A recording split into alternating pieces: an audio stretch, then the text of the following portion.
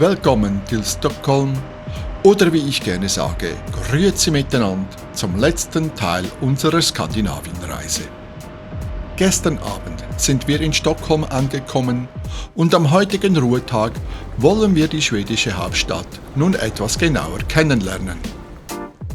Frühmorgens steuern wir als erstes den Gälliborgen an, der auf der Insel Djurgården liegt.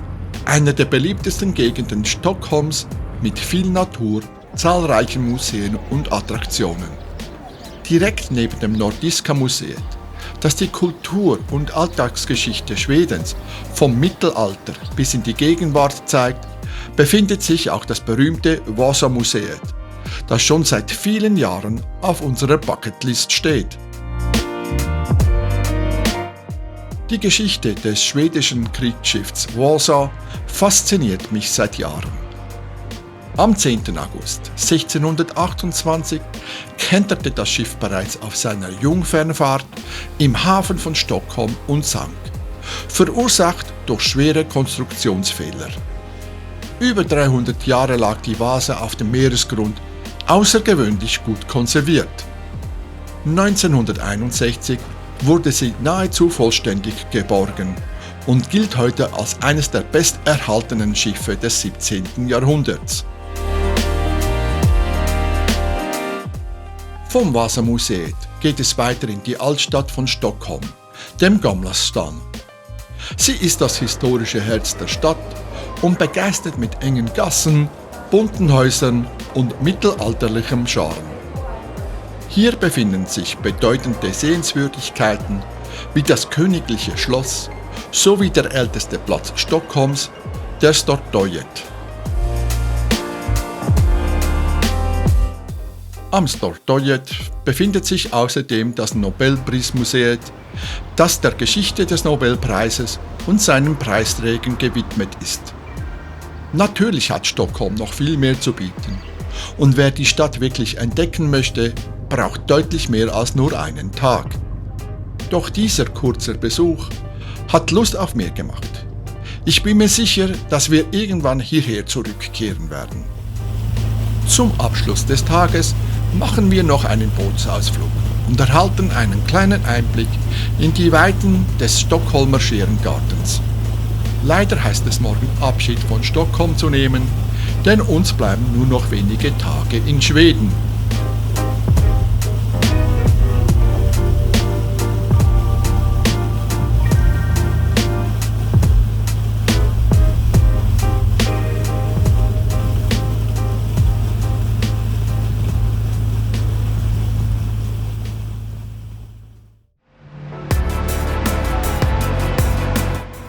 Nach dem wunderbaren Ruhetag geht es nun weiter in Richtung Süden. Wir verlassen Stockholm und wollen über kleine Straßen nach Oskarshamn fahren, von wo aus wir morgen mit der Fähre auf die Insel Öland übersetzen möchten.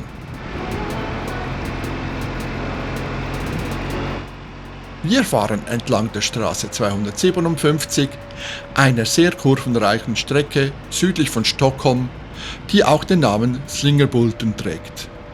Im Westen endet sie in Norga, wo sich auch das unter Motorradfahren bekannte Café Rosenhill befindet. Hier legen wir eine Fika ein, eine schwedische Tradition, die weit mehr als nur eine Kaffeepause bedeutet. Sie ist ein wichtiger Teil der schwedischen Kultur und wird im ganzen Land mit viel Genuss zelebriert. Die Brötchen und Zimtschnecken haben wirklich gemundet. Aber den ganzen Tag nur ans Essen zu denken, geht natürlich nicht. Irgendwann müssen wir weiterfahren.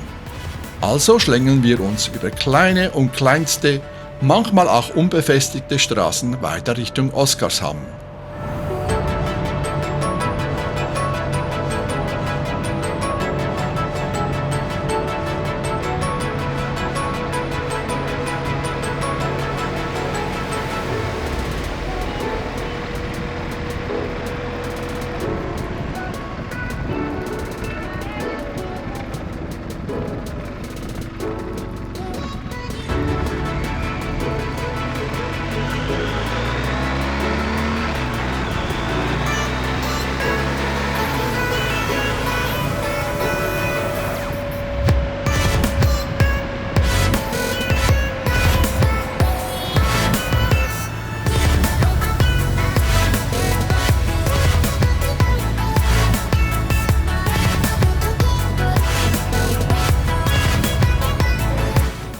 Während wir gemütlich und völlig entspannt durch die Landschaft cruisen und die wunderschöne Umgebung genießen, nimmt unsere Reise plötzlich eine unerwartete Wendung.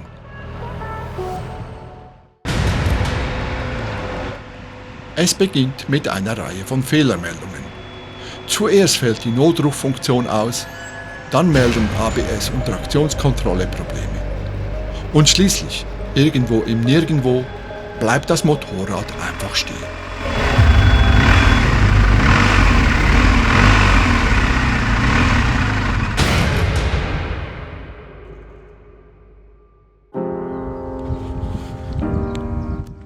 Nun stehen wir hier, mitten in Schweden, und das Motorrad lässt sich nicht mehr starten.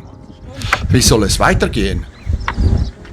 Nach einer Weile haben wir die Aufmerksamkeit einiger Anwohner auf uns gezogen, die uns ihre Hilfe anbieten. Gemeinsam versuchen wir, die Maschine wieder zum Laufen zu bringen. Dabei greifen wir auf altbewährte Technik in Form eines Volvo B18 aus den 1960er Jahren zurück. Doch alle Bemühungen zeigen keine Wirkung. Die Werte der ausgemessenen Batterie deuten auf einen Schaden hin.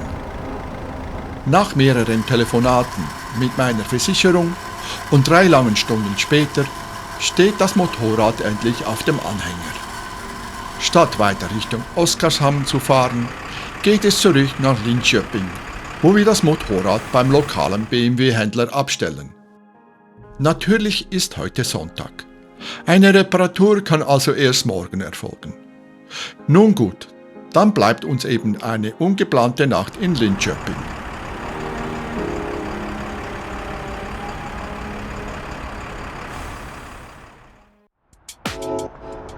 Frühmorgens mache ich mich mit einem Uber auf den Weg zur Motorradwerkstatt Bewix.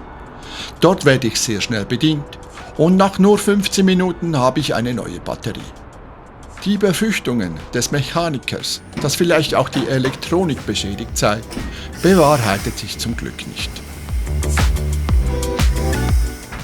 Kurze Zeit später steht das Motorrad wieder auf dem Hotelparkplatz, bereit für neue Abenteuer. Und so können wir ohne Probleme unsere Reise fortsetzen und müssen uns eingestehen, wir hatten Glück im Unglück. Wenn ich daran denke, auf welch abgelegenen Straßen wir unterwegs waren, wird uns erst richtig bewusst, wie viel Glück wir hatten. An manchen Orten wäre der Abschleppwagen wohl nicht in 3 Stunden, geschweige überhaupt hingekommen. Auch das Wetter spielte mit, es hätte auskühlend regnen können. Und mit nur einer defekten Batterie sind wir auch in diesem Punkt noch einmal mit einem blauen Auge davongekommen.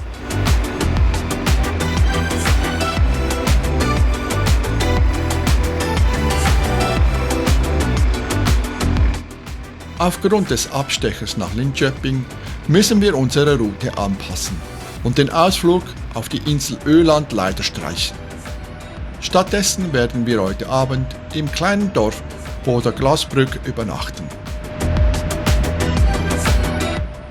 Kurz vor dem Dorf Björkfors treffen wir auf eine alte, wunderschöne PP-Tankstelle. Sofort fühlt man sich in die 1960er Jahre zurückversetzt und Rock'n'Roll dröhnt förmlich im Ohr. Die 1955 erbaute Tankstelle war bis 1982 in Betrieb und wurde 2001 als Nostalgie-Tankstelle wieder eröffnet. Heute finden hier regelmäßig Oldtimer-Treffen und Rock'n'Roll-Konzerte statt.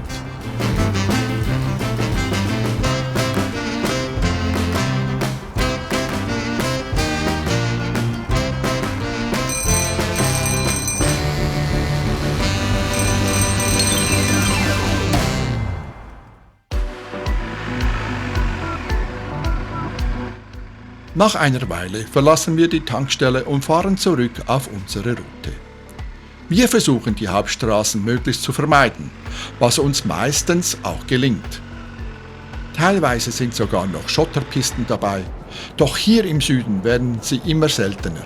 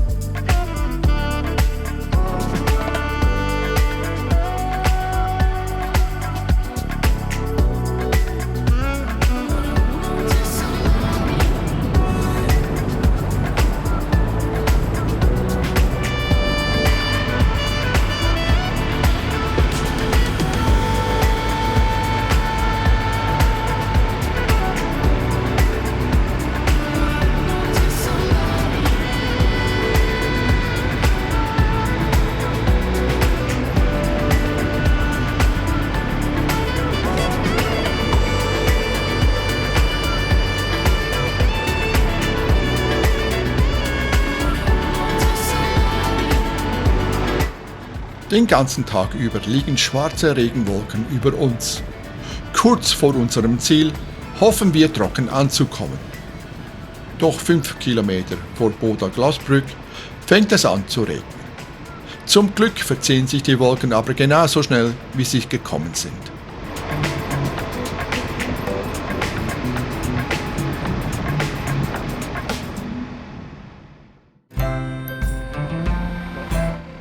Die ganze Nacht hat es durchgehend geregnet und wir sind froh, das Motorrad in einer Garage zu wissen.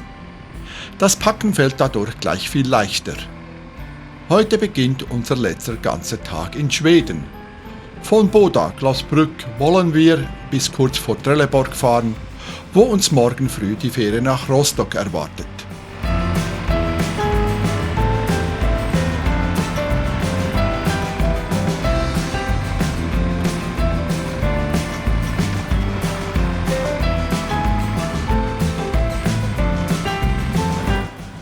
Nach etwa einem Drittel der Strecke legen wir an einem besonderen Ort einen Stopp ein, dem Autofriedhof von Kyrkemosse und der Geschichte von Åke. Åke wurde 1914 in Röljimola geboren und arbeitete zunächst als Knecht. 1935 kaufte er das Dorfmoor von Kyrkemosse, mit dessen Abbau sich bis nach dem Zweiten Weltkrieg gutes Geld verdienen ließ. Ab den 1950er Jahren, als das Auto zum Eigentum des kleinen Mannes wurde, stellte man defekte Fahrzeuge oft einfach am Waldrand ab.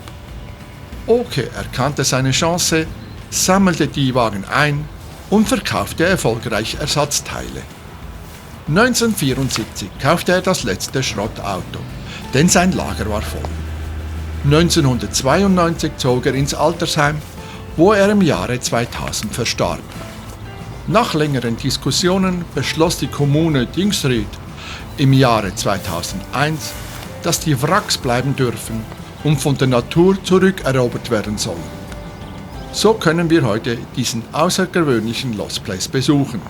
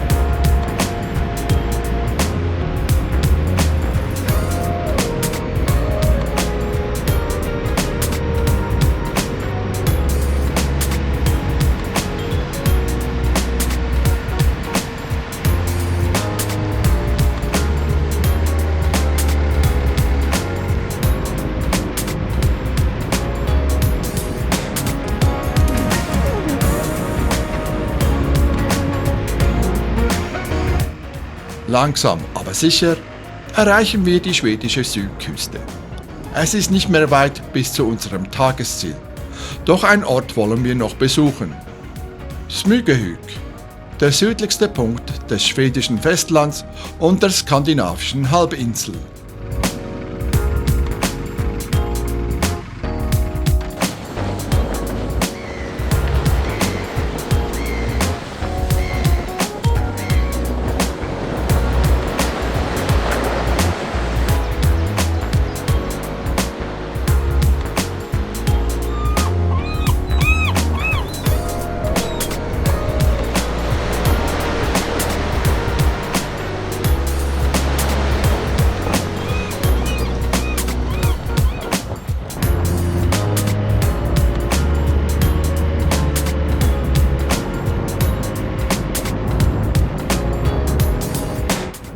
Nur 30 Minuten von Trelleborg entfernt liegt unsere heutige Unterkunft. Und mit unserer Wahl haben wir nochmals Glück. Ein wunderschönes Haus mit Garten und freier Aussicht, dazu ein großer Wintergarten. Hier ließe es sich sicherlich mehrere Tage aushalten.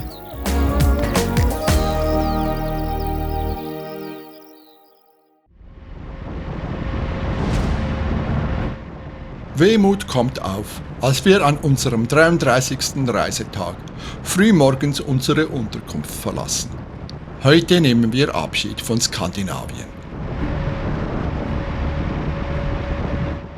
Für die letzten Kilometer zum Fährhafen von Trelleborg, wo unsere Fähre nach Rostock auf uns wartet, benötigen wir nur 30 Minuten.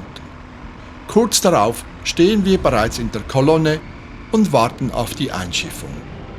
Ein guter Zeitpunkt, um ein kurzes Fazit zu ziehen. Skandinavien hat unsere hohen Erwartungen mehr als erfüllt.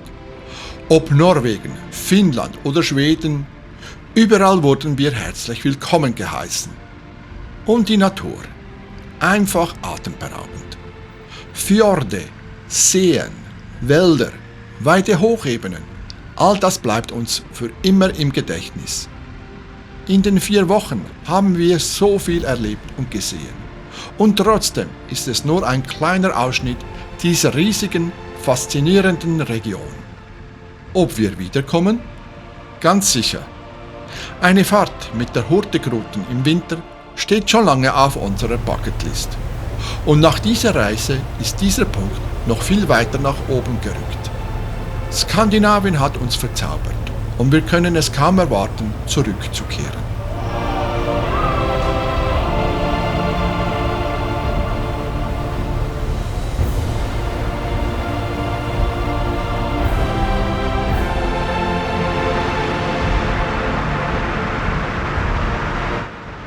Gegen Mittag erreichen wir Rostock und warten darauf, die Fähre verlassen zu dürfen. Nun liegen knapp 1100 Kilometer vor uns, bis wir wieder zu Hause sind. Da wir die Strecke nicht nur auf der Autobahn verbringen wollen, nehmen wir uns dafür 2,5 Tage Zeit. Wenn euch die Videos gefallen haben, abonniert unseren Kanal, gebt uns einen Daumen hoch und schreibt uns unbedingt einen Kommentar. Wir lieben es, von euch zu hören und freuen uns über jede Nachricht. 2 Tage später erreichen wir endlich den deutsch-schweizerischen Grenzübergang bei Rheinfelden. Wir sind wieder zu Hause. Mit einem letzten Clip möchten wir uns von Herzen bei euch fürs Zuschauen bedanken. Es war wunderbar, dass ihr uns auf dieser Reise begleitet habt. Also tschüss und bis bald.